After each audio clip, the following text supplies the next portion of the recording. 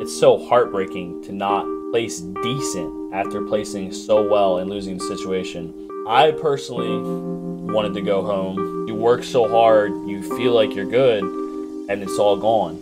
And you can't go back. There's no redos. It's just the couple games that they give you. I'm speechless because I'm like reliving that feeling, and it's not pretty.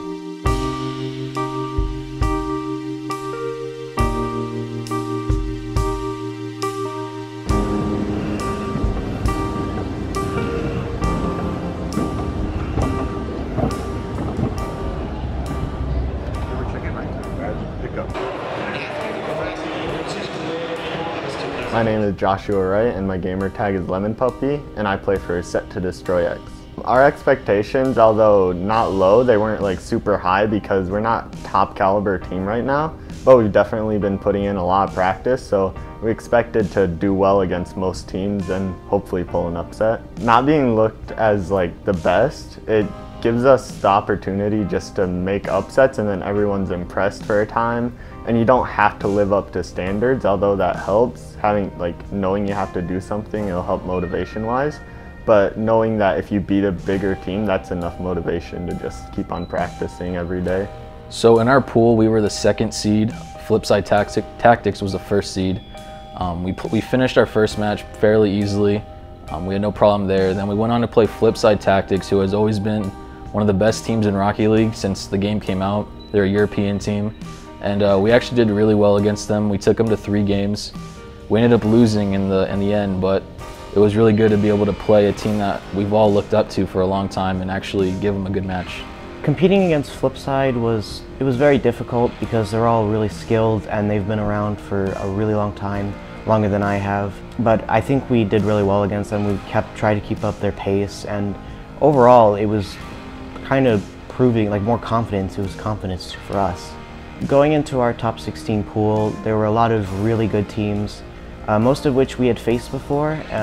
So we knew we could do it if we were really on and we really tried, but it was definitely very difficult. So we started off the top 16 pool by playing against Envious. So Envious, they won the World Championship for RLCS Season 3, and they're top caliber team, so going into that, we were really excited to play them and it'd be great practice.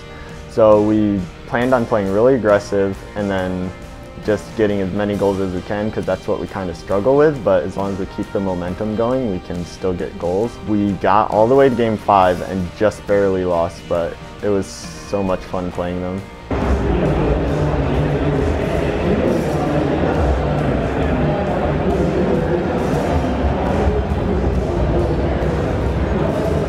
So I've never gone to any really big events in the past for just gaming, so coming into DreamHack, it was awesome to see everything, all the games, all the players, all the fans, so it was really cool. So before we played Rogue, we knew that they came off of a tough loss versus Renegades, so we knew we'd have the upper hand if we just brought the momentum and kept on scoring, and then they'd soon be just disappointed and then we would be able to beat them. So we took the first 2 games off of them, so that was a big ego booster and everything. And then they slowly started coming back, and then before we knew it, they were tied with us 2-2 in the series. So in the last game, we knew that we just had to score and score. And then as soon as we got our first goal, we just had all the momentum and made it 4-0 and ended up winning the series.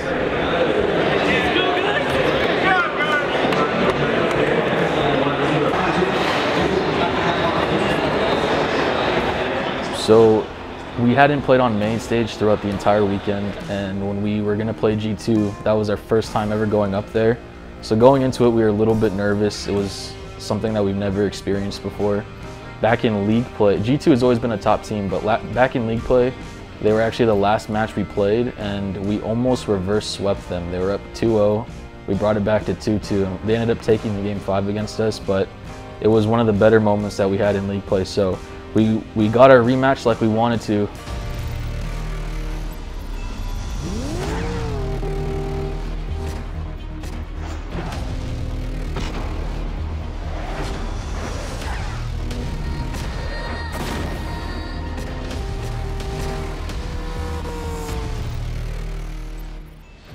Welcome back to DreamHack Atlanta, everybody. If you've been here the whole day, thank you for watching. We've had a great time, and we are going to fill out the top 8 bracket for tomorrow. Today, right now, with this final match of G2 versus SetToDestroyX. Cannot wait to see this one get a final team up in that bracket there. G2, the clear favorites here, but SetToDestroy has been playing upset all day long. This is a team that upset Iris and Atelier in the qualifiers of Season 3 to enter into RLCS. So this team can play upset when they want to, and they're doing that today. Yet again, too, because this is supposed to be the pool of death, and they're playing upset here as well.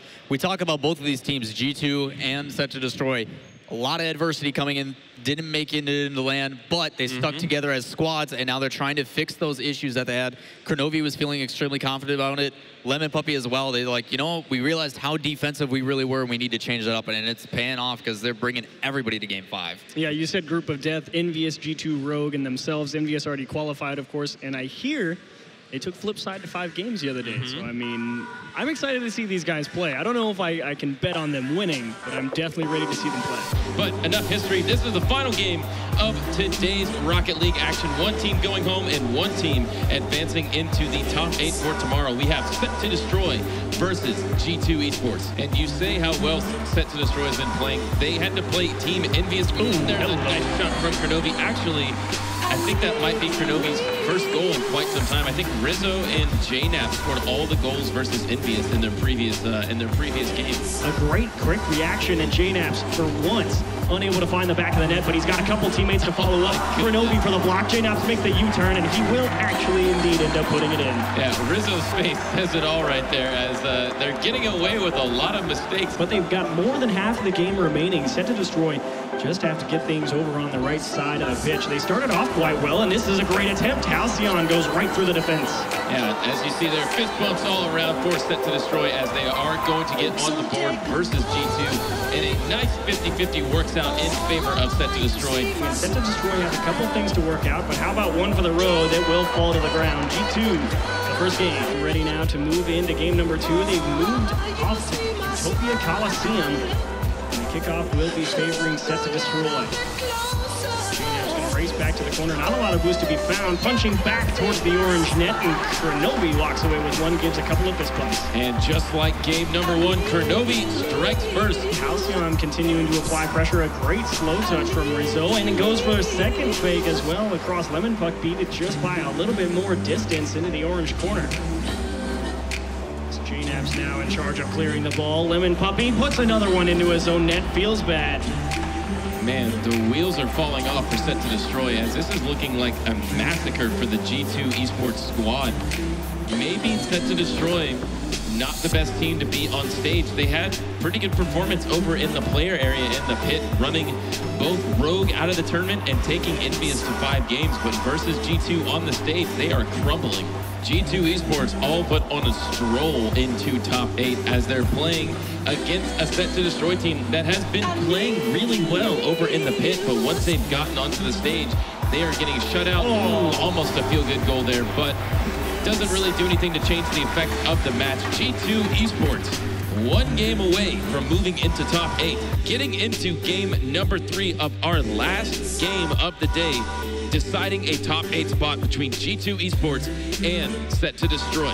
And that is going to do it for us. The kickoff now. High above the center line, and it still doesn't go SetToDestroy's way. A kickoff inches away, and Kronovi slams it off the post to keep it clean. It's a race to the ball in the midfield, right back out to center. Shot on net, not fast enough, who cares? Memory's right there to slam it home. They finally find the back of the net. And the drought is over for SetToDestroy. Now Halcyon into the corner, needs to get this one out to mid. Rizzo's already got the positioning advantage. What a read from Memory, it's wide open. G2 goes down by 2. Memory is now off to the races with 2 goals right after one another in a great defensive positioning for himself. Positioned himself right in the middle of Kronovi and the passing play from G2, able to clean pick it off and put it back into the net. 2-0 lead for SetToDestroy, the largest margin of a lead they've seen in this series thus far. Just about halfway through game number 3. Elimination on the line for SetToDestroy, a top 8 spot. within striking distance of G2. There's another one. Rizzo says, here you go. Jane Apsley says, thank you kindly. I'll find the back of the net again. Now Rizzo's going to try to get a booming clear. Ooh, actually misplaced it off of the ceiling, and it is SetToDestroy's turn to attack. Walking through, Rizzo as a feels backflip, but Jane Apps this up early and keeps it clean. One-on-one play from Rizzo. Is he going to beat him? And he does. Lets the ball fall down and squeaks it past the SetToDestroy defender. 7, 6, 5, 4, 3, 2, 1, and there's one more for the road, and he's going to grab G2 eSports, clean sweep, SetToDestroy out of the tournament. They move on to day 3. The J-Max finding the back of the net 17 times. Final team to join the top 8 for Sunday.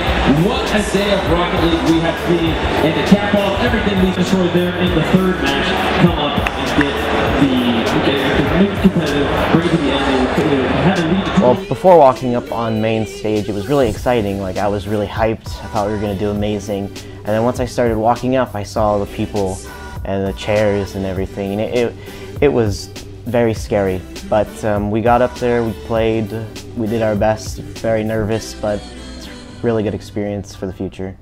So our next big milestone is to make league play yet again for RLCS Season 4. And we're just going to keep on practicing and scrimming the top tier teams that we've been doing all along, and just keep on going with what we're doing because it's making us get better and better every day.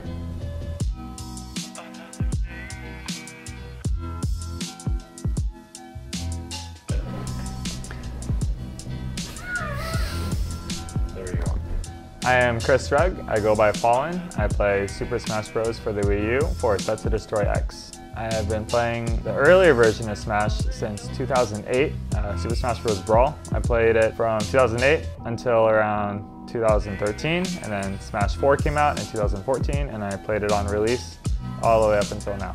I grew up as a Nintendo guy, and it has all the main Nintendo characters in it, so it was really cool to me growing up. And it was also the first competitive game I had as a kid in terms of playing with friends, and I always wanted to be better than my friends just because I liked playing it so much. And that just kind of always stayed with me. And then when Brawl came out, I wanted to be better than all my friends, and then once that happened, I wanted to keep finding people I could play, and then I would find tournaments that way. Coming into DreamHack, I didn't have a specific goal in mind. I always just try and do the best that I can. There's a really high variance in what type of brackets you can get. So, you could have an easy bracket up till 9th, or you could have a hard bracket and lose out earlier than that. So you never really know what you're going to get in that regard. So I always just try and say, okay, this is my opponent. I'm just going to do everything I can to beat them, and then I proceed from there.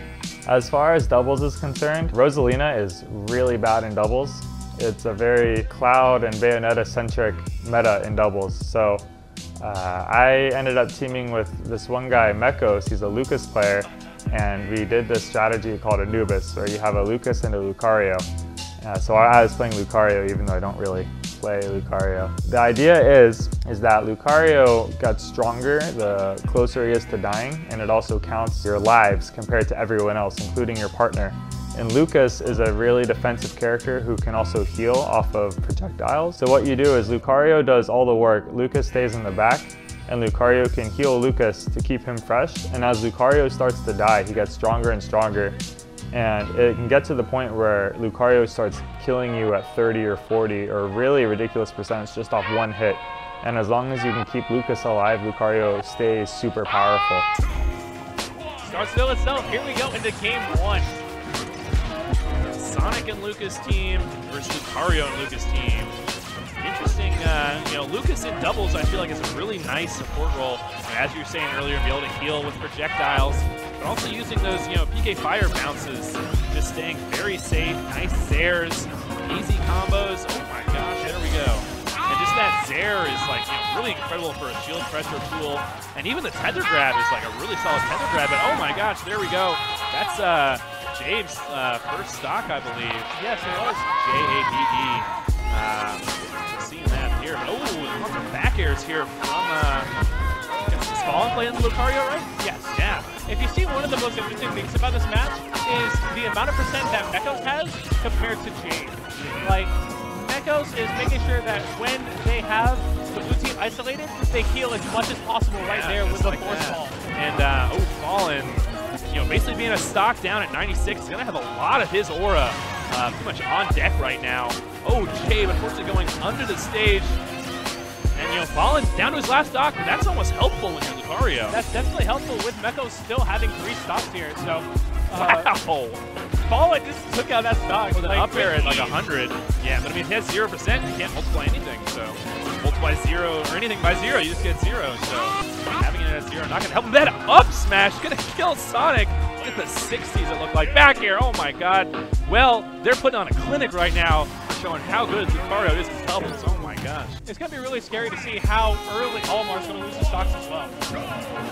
Yeah, but having that sort of small stature, a little bit smaller than Lucas, might be able to sort of duck under those back airs from falling a little bit, maybe a little less pressure. With this percent lead right now, red team is in a good position, but it doesn't seem like they've had time to allow a heal on red team's side. So, well, yeah, there you go. I really love Fallen's aggression right now. In close games like this, the stock count's really going to matter, but wow, Fallen losing the first stock, Fallen not even having his main being Lucario, seeing how powerful this combo can really be. Here we have Jabe with 2 purples, he lost. Oh, I had lost his purples. Oh my gosh, Jabe taking an Aura Sphere to the space. Oh my god. He was just sitting there spinning PK Fire and Aura Sphere. That was just hilarious. But I mean, it works. It works. Yeah. So I think, Fallen and Meko's doing a really good job of putting on aggression while also using all their time to heal. Meko's still less than 40% on his first stock. It's just insane. Was past 2 minutes into this match. Okay, finally getting a catch there. Not quite going to take out Fallen yet. Lucario being a pretty heavy boy. But you hear that Aura Sphere, look how big it is. Jabe's stock is gone again. Oh my gosh, and Meko's with the heals. And Lucas is going to just play in the back there. Only taking, 65 damage, 66, there we go. Finally getting a little bit, but, 1 heal away. Oh my gosh, that Aura Sphere is so big right now. Up smash, going to take Jabe's stock again.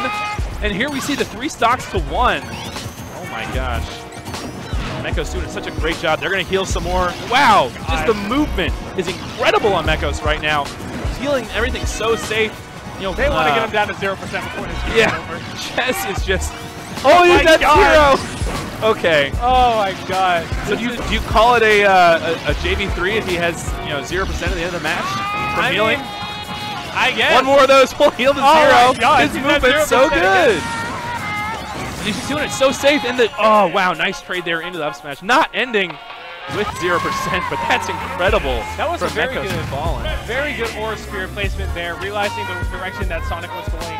With spin dash, was able to catch him at the end frames of it. Mekos is one of the only Lucas players in the States, so I thought we'd give it a try.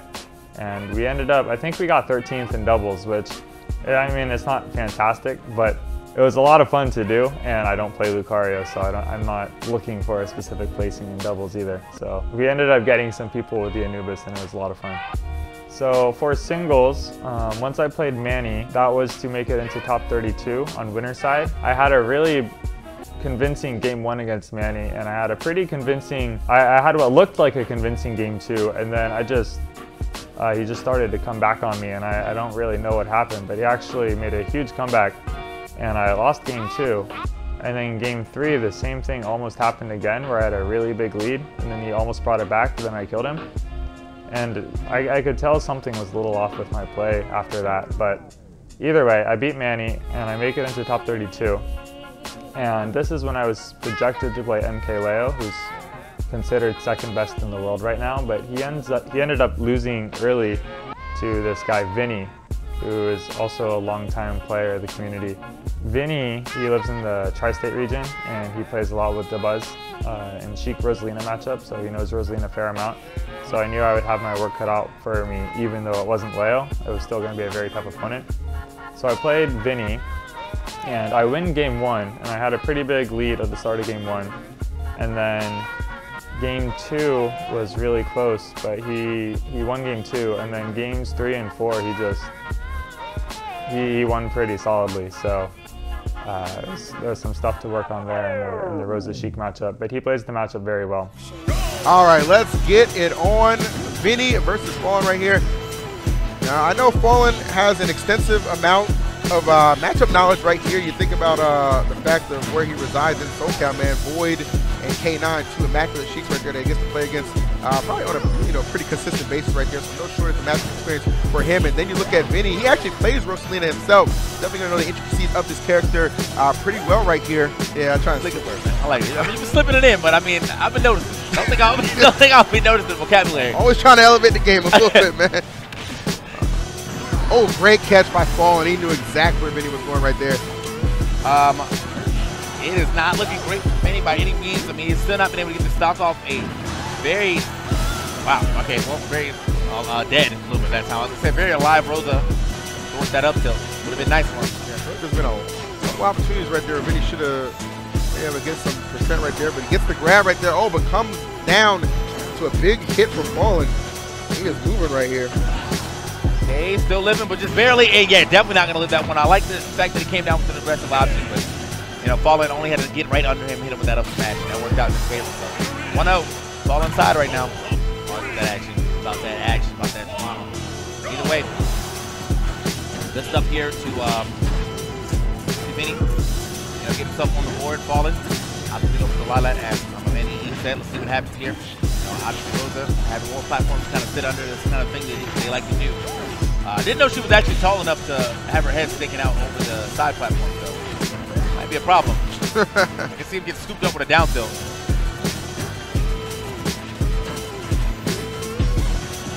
All right, coming through with the dash attack there. Finding the hits here. Nice.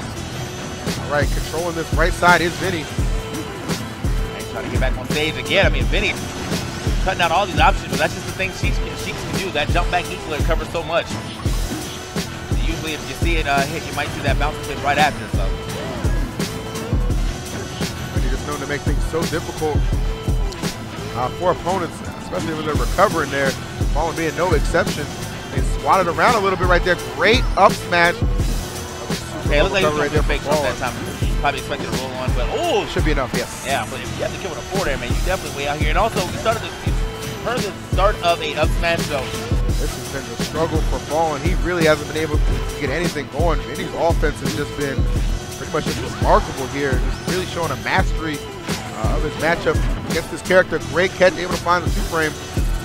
He might find the 2-stock. Nice. And he will right there. Fallen using that tag. Going girl, man. That girl going. Dang. What can you say, man? It's over. Gone girl, man. Shout out to Ben Affleck. Man. Actually, yeah, shout out to Ben Affleck, man. I just saw the Justice League trailer just dropped. Again, that looks pretty crisp. So, you guys ever check that out, man? Yeah, man. Just, you know, let's hope it's not in the same realm of Batman vs. Superman. Anyway. I don't care what nobody says. That was a good movie. No, it wasn't. Stop lying to yourself. Anyway, man. I'm not lying to myself when I say it's a good set. How about that? You give me that one? Despite losing that first game, Vinny has roared his way back here with 2 solid wins right here against Fallen. 1 away from sending him to the loser's bracket and continuing the strong winner's bracket run that he's finding himself in. Trying to get himself in here. Man, it's actually well around him, but this time around, I mean, again, the strong lead, and this looks like this might be his swan song because this is not looking good for Fallen at all. Yeah, that was so high up there right there. You pretty much knew Fallen was a goner as soon as that connected. Struggle is definitely real right here, and yet again, Fallen finds himself every single time. Getting off that stage right there, just being controlled by Vinny, who's just putting him on lockdown right now. Oh, that's it, yeah. And putting him down right there, Old Yeller style. Yeah, that was unfortunate. I mean, that was a good start for Fallen, but as you said, man, Vinny is kind of showing you his prowess over him right there. Looking at my own play mechanically, I felt like I was missing a lot of things that I don't normally miss. So I don't know if it was something in the air or the water or something, but I just felt off the whole weekend. Even when I was winning, I felt like I was giving away leads that I didn't think I should be giving away. And so I go to loser's bracket and I play this guy named Peebnut. And he is #1 in, I believe, South Carolina, and he doesn't make it out to a lot of events, so he's somewhat of an under-the-radar player. I was expected to beat Peebnut, but he actually played very well, and I ended up losing to Peebnut, and that resulted in me getting 17th. 17th is not what I was hoping for. On paper, it's not a terrible placing for an S tier, but I definitely felt like I could have done better. Personally, even though Vinny and Peebnut both played very well, I felt that on my side, this is maybe one of the worst performances I've had. It was really cool meeting a lot more of the StDx people at DreamHack this year. I had met a lot of the FGC people at EVO the week prior, and then this time around I got to meet a lot of the H1Z1, Rocket League, and more of the shooter-based players. And it's crazy how large SetToDestroyX is. We're competing in a lot of titles, and it's just really cool to be able to go to all these events and do my best for the brand, and then also support the players who are doing the best in their specific games as well. And it's just cool to be part of what's like a big family.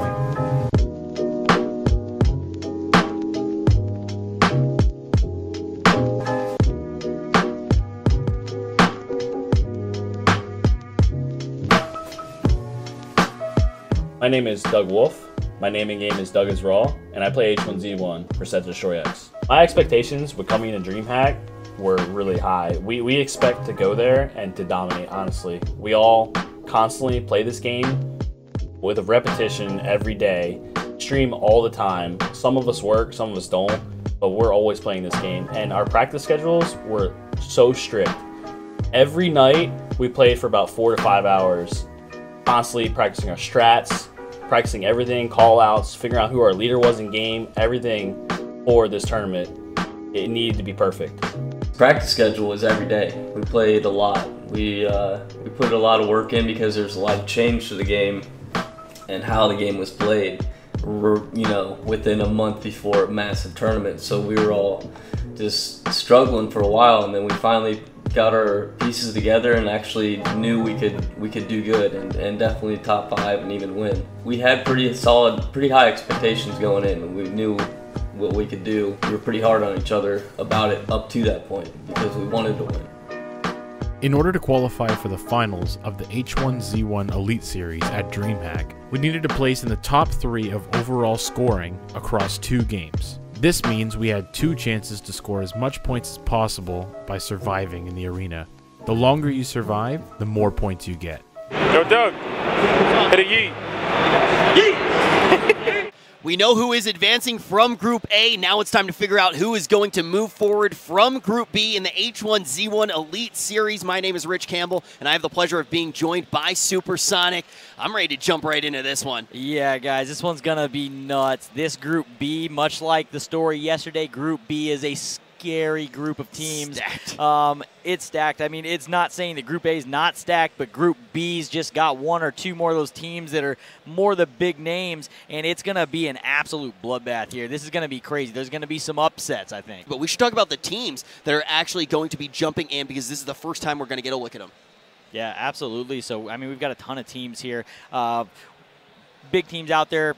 Possibly fan favorites. I mean, we've got teams like Rogue, Team Caliber, SetToDestroy, Soar Gaming, Dare. I mean, we've got and it just keeps going. I mean, just about I can every team I can list them all off. Yeah, I have pretty much every team circled on our list. Yeah, we could it's sit crazy. here and just circle all of them. Now, let's see what Group B has to offer. We are jumping into this game, and what do you think of this initial spread? So, initial spread, it looks like we've got a couple teams, actually, probably the most teams we've seen land in PV here. We've got 3 teams in PD, which is going to be really interesting to see how they split out. That's when you see an opportunistic kill potentially come in. Most of the time, we do see in 5s a lot of shying away. We haven't talked too much about the 5s meta since we already have seen 2 games play out today. But just for everyone who is starting to load in to watch these games for the first time, it is going to play out a little bit different if you are primarily used to solos. A little bit slower, as you can see. These teams want to play it very safe, make sure they keep up the number of players on their team that they do have up while they are rotating around the map, getting all of the loot. But very soon here, we are going to see them try to take prime positions to hold for the rest of the game. You know what is open right now that could be a very lucrative spot to camp out in? That radio tower. That radio tower over on the peak is so available, and we could see a bloodbath go down there soon if players want to just gang up on it. But on board with StDx at the moment. Talk to me about this squad. Talk to me about their positioning, Supersonic. This is the first time we're getting a really good look at them here. We're going to be hanging out with them for a little while. They're obviously up very high. Are they going to be able to see Astral trying to flood flood this base that they've created for themselves. I don't think Astral's going to be coming up the hill. They have no need to yet. They have cover. Again, these trees work in both directions. So if somebody's looking down on the top of the trees, they can't see into them. If somebody's looking up from the bottom or across straight at it, if they're up into the trees, they can't see them either. So there's a lot of area where you can kind of sit back in this particular tree set where nobody's seeing you from the south, nobody's seeing you from the north. You only really need to watch west and east and keep an eye out just to make sure nobody comes down the hill or up the hill in a car on you. Now, as you can see, we were mentioning it a little bit earlier, StDx has moved to that prime real estate in that radio tower on the top of Ishan's Peaks, and it is getting tighter and tighter as this gas starts to move on in. Players starting to get away from Ruby Lake as well. I think that is a wise decision. The StDx can just see the entire map, and we're seeing some shots ring out. They are just going to scare off the squad of TK. TK, though, having very good cover within these trees. Not worried about these bullets, just kind of shrugging them off, dodging them left and right. And no one really expects to connect at that 250-meter range yet. There is the possibility, though, even to two-tap at that range. We've seen it happen before. Players going to be rendering in at that 500-meter range. 250 is when it starts to get dangerous. Everyone has the chance to die at this point. It's getting tight. We have migrated away from Ruby Lake, which is going to drastically change what we see in these final portions of the game. But as you can hear, it is going to be a symphony of bullets for the remainder of the game. Someone looking to connect very soon. Yeah, absolutely. And STD still on top of that hill, still within the safe zone. They're going to need to watch the south side. There was one team back there behind them that they need to worry about, but if they can hold that off and keep TK off of them, they are in a very strong position, much like Echo Fox in the first game, to be able to come back down. And then from this side, the way the circle's playing out, they most likely will not have to cross the middle. They have cover down below them if they can eliminate TK. Looking for a potential opportunity to engage. They get some resources, just a few shots into the car, and here comes a throwable right into Rogue's den. Will somebody get hit? Absolutely beautiful play from StDx, and they are laying suppressive fire, and they are letting danger rain from above, starting to connect with Rogue. This could spell defeat. They have so many resources, but that doesn't mean you're bulletproof at all. T-Hump taking some serious damage, below 50% health. We still have all 60 players inside of this map. All 12 teams do remain. StDx looking to cut some down very soon. Trying to struggle to maintain that man advantage, and Grizz is going to fight to strip it away from them. Two members of TK going to fall, all to the guns of GS. GS is looking on fire here, taking down three members. Now StDx going to light up the board here, and that is going to be two members from that team, Memento and MMX, going to fall. Yeah, absolutely. So they're going to go ahead and find them in the smokes. Europe's last hope, losing quite a few players there. And STD is now finally going to start rotating down the hill, throwing some pre-smokes out. But they are going to walk straight into the tree line of Gangstars. And we are most likely going to see some shotguns come out and a lot of throwables as they come down this hill. STD just raining down smokes. And FJ is going to take out Zachary.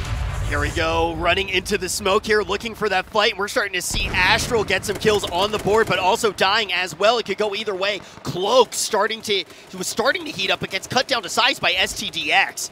Yeah, that is going to be bad for Dare, and you can see this fight is still going on between these two teams. Dare going to be able to pick up some kills inside of this gas, but they are falling as well. This team just absolutely trading out. We're going to see StDx. I believe they only have 3 members left standing at this point. They're going to eliminate Team Dare, though. We are down to 4. You can see those guns all pointing in the same direction, listening to their shot caller, trying to pick off the same man at the same time, and that is going to be absolutely huge. StDx marching on in, though, looking to take out Gangstars. Gangstars with their back against the gas here, trying to put up a fight, but Epsilon going to be able to get the pinch in here, and they are taking down members of Gangstars. They feel good about taking this fight with just StDx. They have the high ground.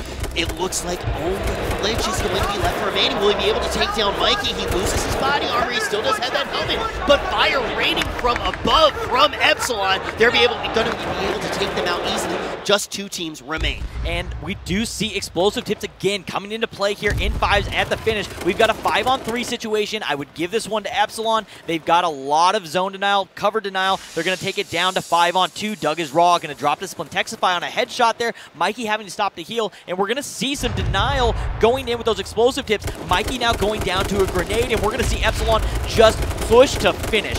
Benny is going to get eaten. He goes down. Epsilon with 5 up, dominates and takes down game 1 of Group B.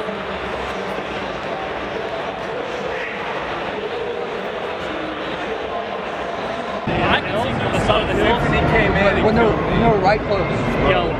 No, I'm talking about like when they came from southwest.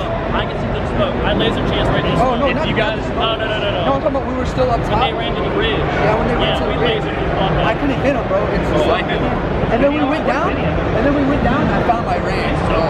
When they were up top there, when they left that building, I played for ball. Dude, so it was like, I had the old hit markers on, so it was like, dude, my shit was just like going, bro. I was nasty, bro. Next time you guys rotate, is everybody getting light? Yeah, right? But we had to slow down, right? Those 18s, I was like, hey, it's 18s out here. I have to send smoke, slow down. Game 1, wow. Before you guys saw us in the pool of death in Game 1, as he says, Game 1 was, we were actually in a losing battle in the very beginning. We didn't land comfortably. We didn't have enough loot as we wanted to.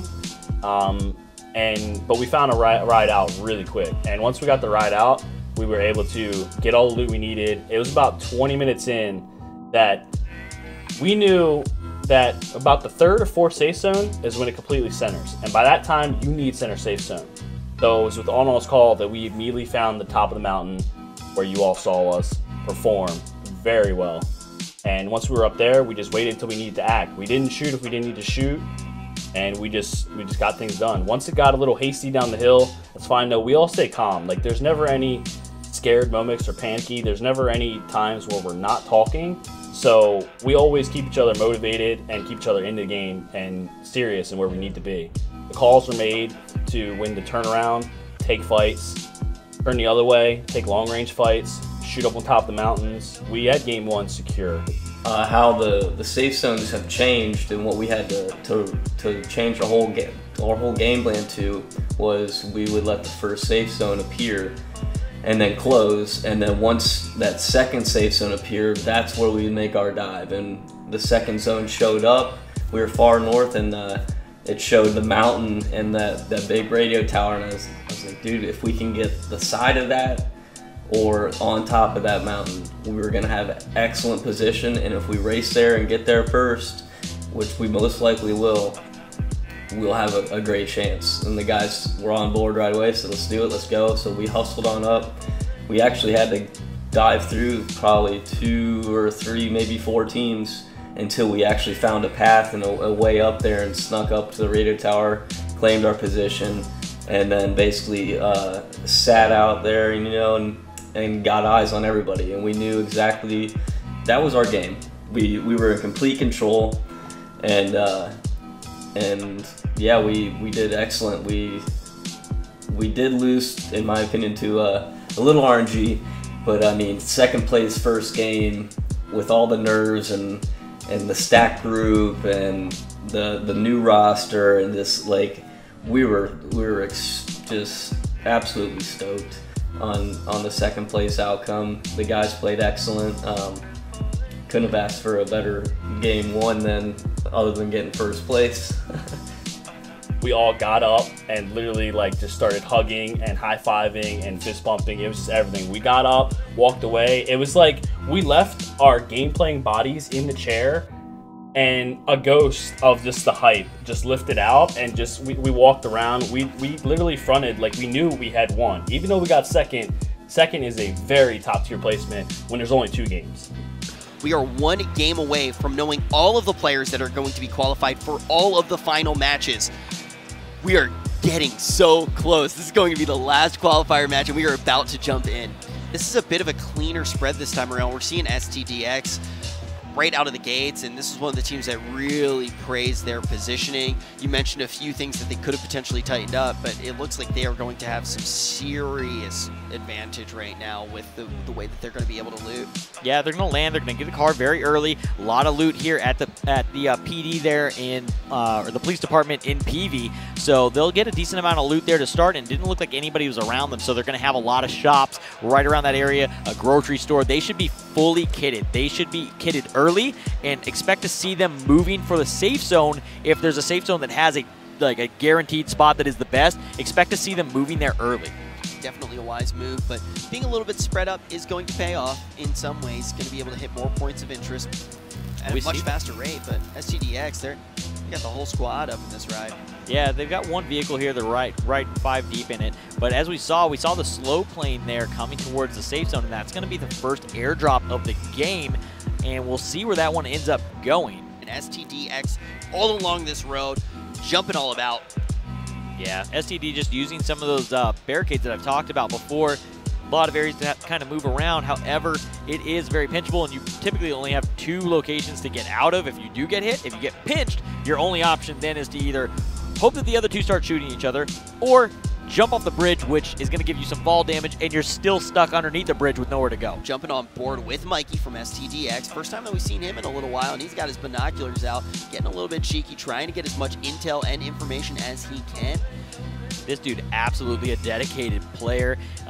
Played for Team SB at Fight for the Crown after having shoulder surgery and basically could not move his arm left, right, still played. You usually need that to play. You usually need your shoulder. When you can't move your arm, he ended up going from a arm gamer to wrist gamer for that event. That is not an easy adaptation to make, but it does show how much he does care about this game. And let's see if all of that time he has sunken into the title will allow him to come out on top today. Only 3 of the teams that you are watching in this game will be able to go to that grand final to fight for the money. And it is getting down to the wire. GFE, who is playing the inside of those buildings, are now starting to get pressed as Mikey also goes down to MMX. ELH just cleaning up right now, running through STD. Yeah, they are getting obliterated here. We didn't get to see all of it, but they just lost some serious bodies. Soar also getting some kills up on the board here. And look at this. This is an absolute bloodbath inside of the building. You can see Dare make that decision, though, that we were talking about earlier. Press the fight. These guys have to be split to hold this whole position. They were playing 2 in one building, 3 in another. Pinchy and Chance both going to go down to a grenade from Basic, who threw one in, most likely through the window, after Dare came in and pushed them out. Big plays coming out from GFE because they have already found themselves in a terrible position. They were trying to lock down this building and they lose a man.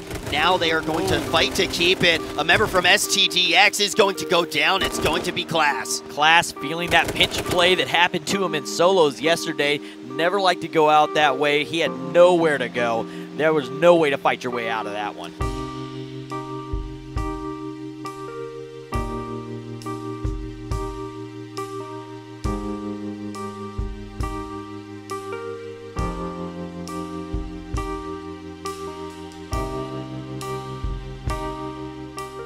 It's the worst feeling you could possibly get. It's you came to succeed and you made it easy on yourself, and now it's gone. You were literally inches away from grabbing your way to placing in the money, and it was gone in a second. We were depressed, sad, pissed. We were everything you could possibly think that's negative. You work so hard, you feel like you're good, and it's all gone. And you can't go back. There's no redos. It's just the couple games that they give you. I'm speechless because I'm like reliving that feeling, and it's not pretty. The second game was 100% my fault because I decided, I told the guys this is what we're gonna do. Whether they were on board or not, they said okay. My team, that's why I love and respect these guys so much, is because they're such good players. But at the end of the day, even if they don't want to do something, they will, because that was the call. And that's the way a team has to work, no matter what. They were ride or die, and I can't thank them enough for that. We didn't get solo qualifiers, didn't get anybody in, lost teams. Pretty much seemed like Atlanta was over. It was done. Like there was nothing else to do. I mean, if we wanted to party, I don't think anyone was going to do it in a good way. I was going over to get my mouse from the booth where they were holding them. They were giving them out at the time. I went over, I talked to Miranda. I said, Miranda, I'm ready for my mouse. She said, come back in about 5 minutes and get your mouse. I then walked around, said a couple, it seemed like goodbyes to people that are in this H1 community that are like, everyone in the H1 community, by the way, I just want to shout out. We all literally like family. So 5 minutes went by, I come back. I'm like, Miranda, I'm here for my mouse. She said, wait a little bit. I said, yeah, now I need you to wait here for like another 10-15 minutes. I'm like, well, why? She's like, just do this for me. It's really, really important. I said, okay. Could you tell me why? She says, all right, I'll give you a hint. So you got 22nd, right? I'm like, yeah. She's like, that means you're second runner up. I'm like, okay. And she goes, well, if one of these guys doesn't show up, I'm going to need you to play. Am I going to say no? I got to get in there and play. So what happens? I get in the solo finals that way. Nobody knows. I don't tell anybody. I'm sitting there like a giddy kid who just got a big-ass lollipop from the dentist. It's like, I was ready. I was hyped. This is the third chance. There's no way I screw this up. Yeah, we're already down to 35 here. We're going to start seeing all these fights. This is Teasy. This is one of these breakout players from this particular tournament. You're going to see he has the gas and the rock for cover, trying to get some shots into Doug is Raw. Doug is Raw decides this isn't a good fight for him. He's going to move out, finds another player inside of the vehicle. Going to try to sink some shots. This is going to be the smoke, going to try to heal himself up from that protection. And you can see the way that he's actually moving it around it. He wants to make sure he protects himself from a gas. He's staying around the perimeter, hoping that he won't be hit by any throwable or frag that could actually land inside of it, going to bandage himself up just fine. Flame getting opened on there, but he does have a vehicle and he's gonna make it out. And then we have Aladdin coming by. Doug is Raw looking for an angle to get a shot. Not gonna be able to find it as Aladdin dips into the gas in his vehicle. It's our top with 10. A head tap, and we got an assist there from Mountain, who was involved, and it looks like Doug is Raw might end up in a pinch play, but takes out 50 Shades before Gabe Isman is able to make a play on him. And we're gonna see a hop monster taking down Gabe, and then STD Doug is Raw taking him out as well. They barely get to enjoy their time in that top 10. Going to peek out though here, getting some shots in, but he peeks out too far. Aladdin going to be able to get him in the back. Now it is Gorani who we are watching inside of this car, and it is on fire. He needs to get out as it is degrading. Doug is Raw being an absolute assassin into this fight with Flame.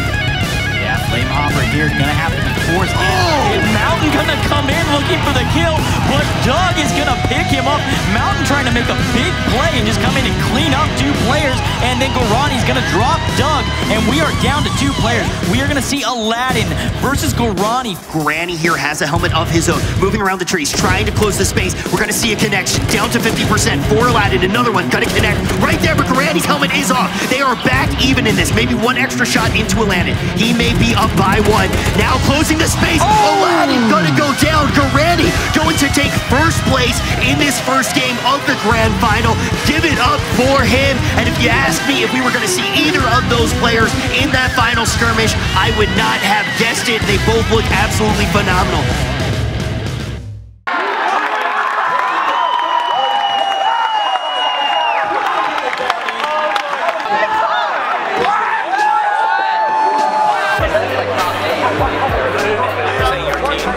This ain't your team.